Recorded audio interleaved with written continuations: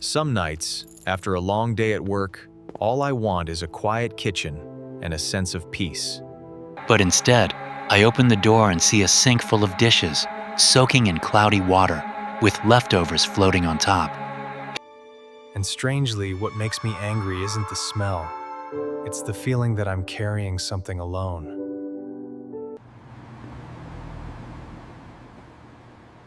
My name is Daniel. I'm 33 years old. My wife's name is Emily. She's 31. Before Lucas was born, Emily worked in retail. The pay wasn't great. We've been married for a little over 4 years, and we have a 3-year-old son named Lucas. After the baby, childcare was too expensive, family lived far away, so Emily stayed home. A good mother. Emily never washes the dishes right after dinner. She clears the table, puts everything into the sink, fills it with water, and walks away to do something else. If I'm not too tired, I wash them later that night. No problem. But on nights when I'm exhausted or working late, the dishes stay there until the next morning, sometimes longer.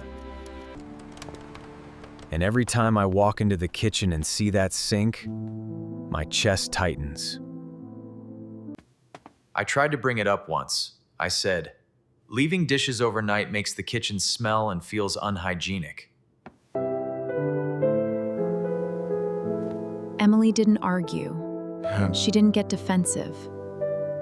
She just said, I have so much to do. If I soak them, it's faster later. Then she went back to her routine. There were nights Lucas wouldn't sleep. Emily passed out on the couch, completely drained. I stood there, looking at the sink, hands on the faucet. I didn't wake her up. I washed the dishes.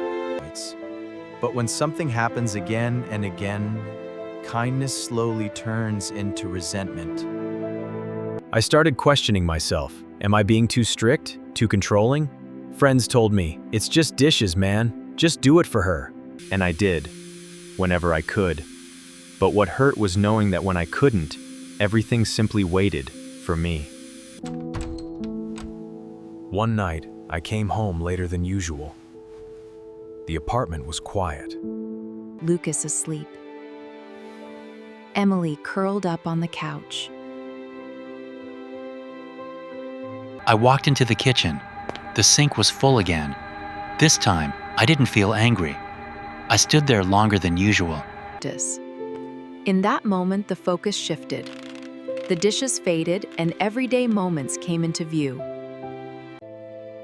Sharing isn't just splitting chores.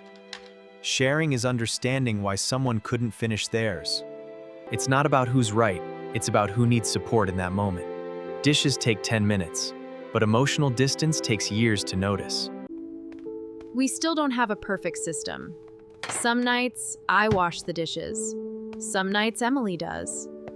And some nights, the sink still waits longer than I'd like.